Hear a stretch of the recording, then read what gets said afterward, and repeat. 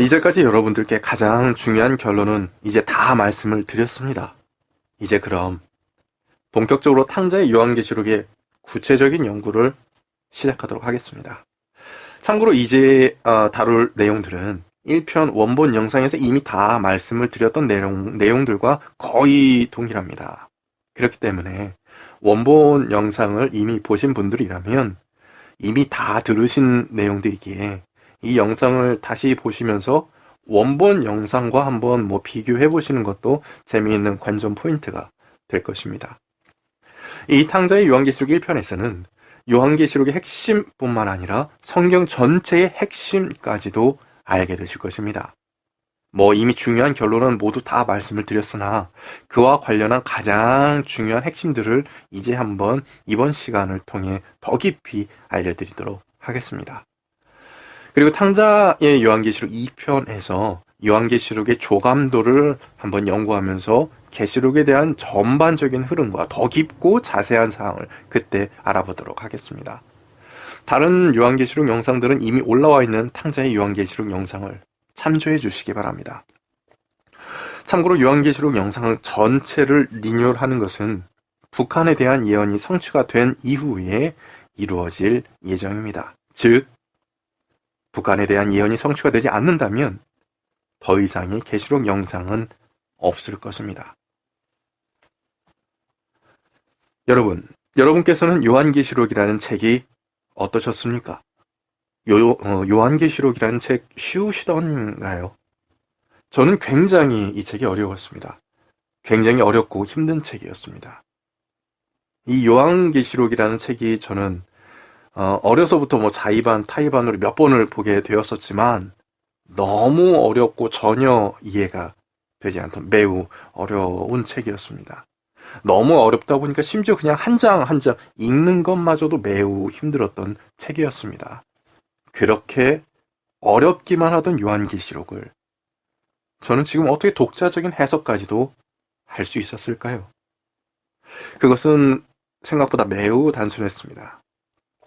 요한계시록에서 그저 거짓을 걷어내고 또한 구약과 신약이 둘이 아닌 하나의 성경이었구나 라는 것을 깨닫고 보니까 너무도 선명하게 진실이 보이기 시작한 것입니다.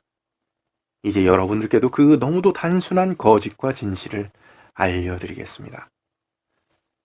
여러분, 물론 아직도 이해하기 어려운 부분들이 많이 남아 있습니다. 하지만 너무도 진실이 선명하게 보여서 신학을 공부하지도 않았던 제가 요한계시록 연구를 하면서 이러다가 북한에 전쟁 나는 거 아니야 라는 미래 예측까지도 하게 된 것입니다. 하지만 2000년 전 그 영상에서 2년 전 제가 2년 전 영상에서 제가 예측하였던 그 북한 전쟁에 대한 날짜는 그 예측이 죄송하게도 틀렸죠. 참고로 2년 전 그 영상은 휴대폰 조작 실수로 인해서 삭제가 되었는데 핵심만 간단하게 말씀을 드리자면 2018년 3월 31일에 북한에 전쟁이 날 것이다 라는 것이었습니다. 그렇기 때문에 예측도 틀려놓고 무슨 요한계시록 강의를 하냐 하시며 반문하실 수 있습니다. 여러분의 말이 옳습니다. 그런데 이전의 영상을 보셨으면 아시겠지만 비록 제가 예측하였던 날짜는 틀렸지만 그것을 제외한 나머지의 예측들은 오히려 더 명확하게 성취가 되고 있습니다. 이것은 탕자의 요한계시록 20편을 참조해 주시길 바랍니다. 그러하기에 북한의 불이 떨어질 것에 대한 예측을 이어갈 수밖에 없게 된 것입니다. 일단 여러분들께 확실하게 말씀드릴 수 있는 것은 만약에 1년 이내에 북한에 미사일이 떨어지거나 화산이 폭발하는 등의 그 불이 떨어지는 사건이 북한에 발생을 한다면 그로부터 수년 내에 이 지구상에 섬이 사라질 만한 한 번도 겪어보지 못한 엄청난 지진이 발생을 할 것이고 또한 그 이후에 30kg이 넘는 역사상 유례가 없는 우박이 내릴 것입니다. 이것이 앞서 제가 말씀드린 내용입니다. 저희 이런 이야기를 들으시면서 아니 2000년이나 된 요한계시록으로 무슨 21세기에서 북한 전쟁을 예측을 하냐? 뭔 헛소리를 하는 거냐? 라며 저를 이상하게 보실 수 있습니다. 그게 당연합니다.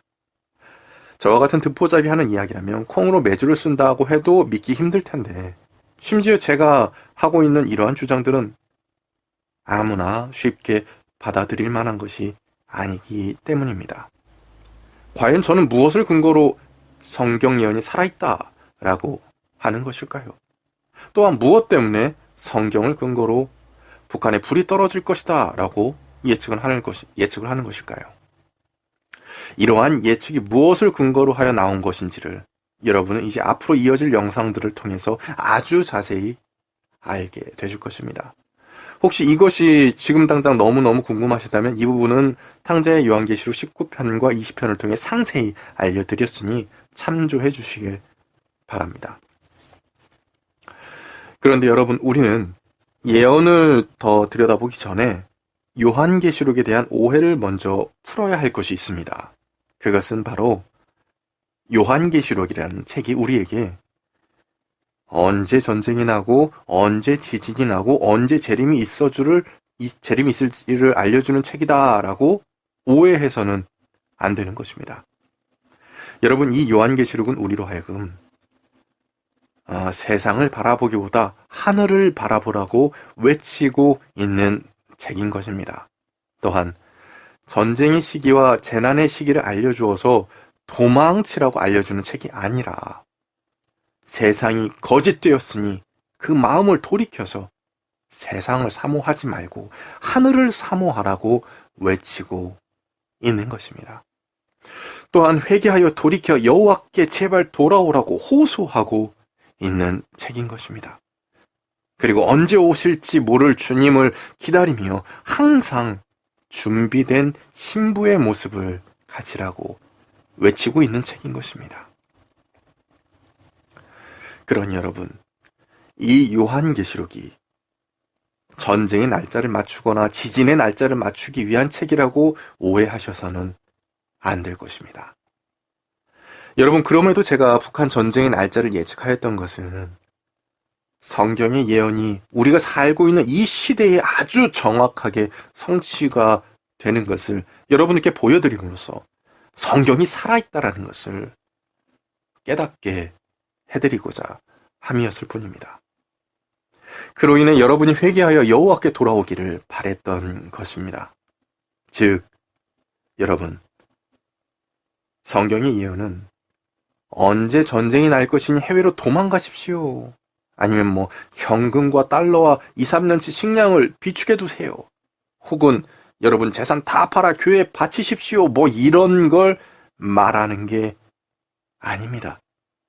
여러분, 어차피 전쟁의 조짐을 알았다고 해서 안전이 보장되는 것이 아닙니다.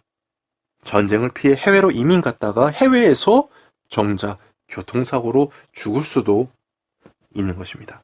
또한 전쟁을 대비해 미리 현금을 마련해 놨다가 화재로 몽땅 날릴 수도 있는 것입니다. 그리고 식량을 쌓아놨다가 벌레나 야생동물에게 훼손될 수도 있는 것입니다.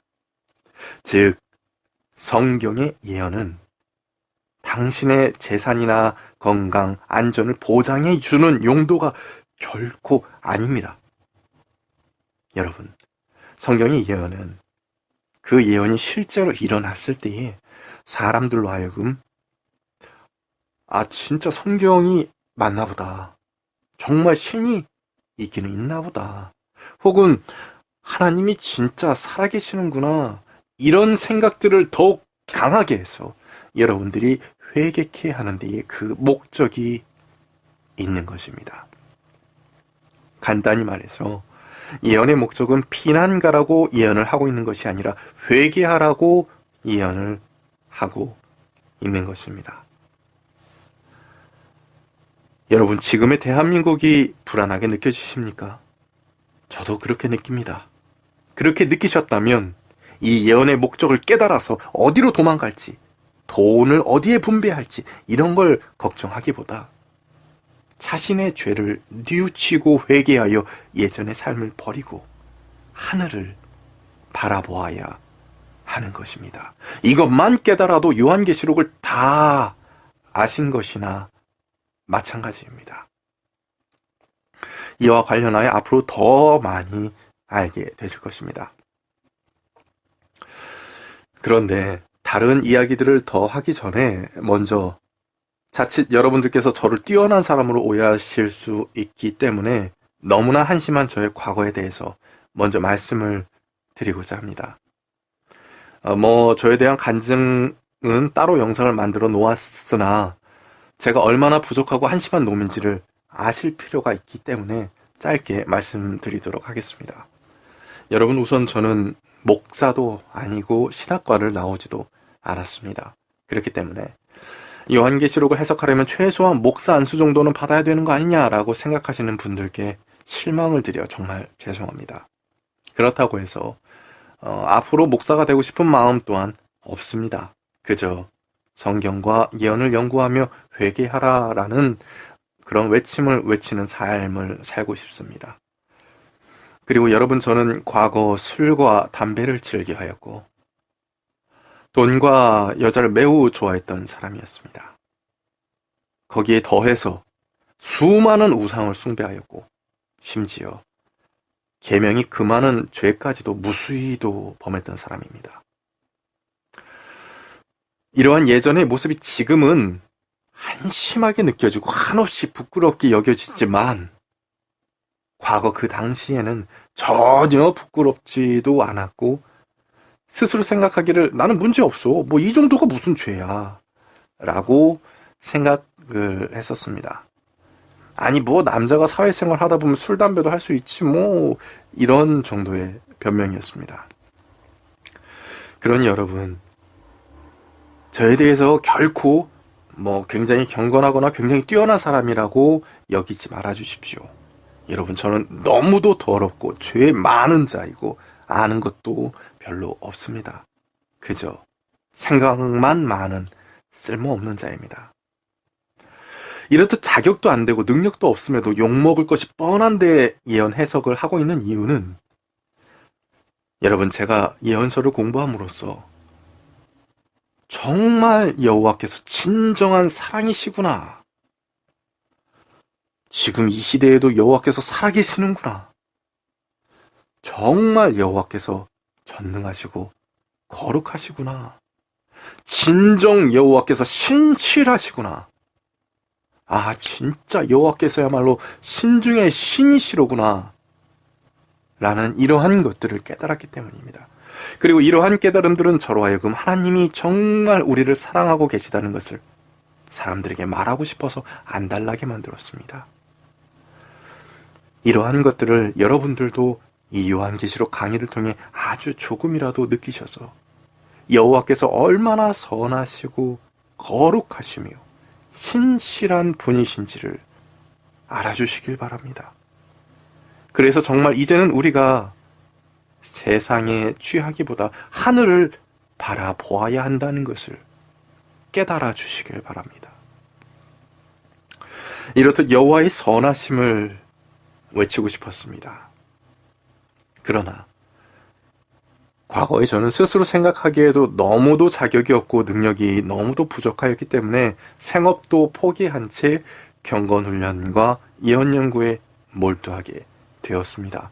그렇지만 오해하시면 안 될 부분이 예언 해석을 하기 위해서 생업을 포기하고 퇴사를 했던 것은 아니고 퇴사를 하게 되어서 하나님과 가까워지고 회개하고 예언 해석에 집중할 수 있었던 것입니다. 분명히 퇴직이라는 시련은 저에게 매우 큰 아픔이었지만 반면에 이렇듯 큰 축복이기도 했던 것입니다.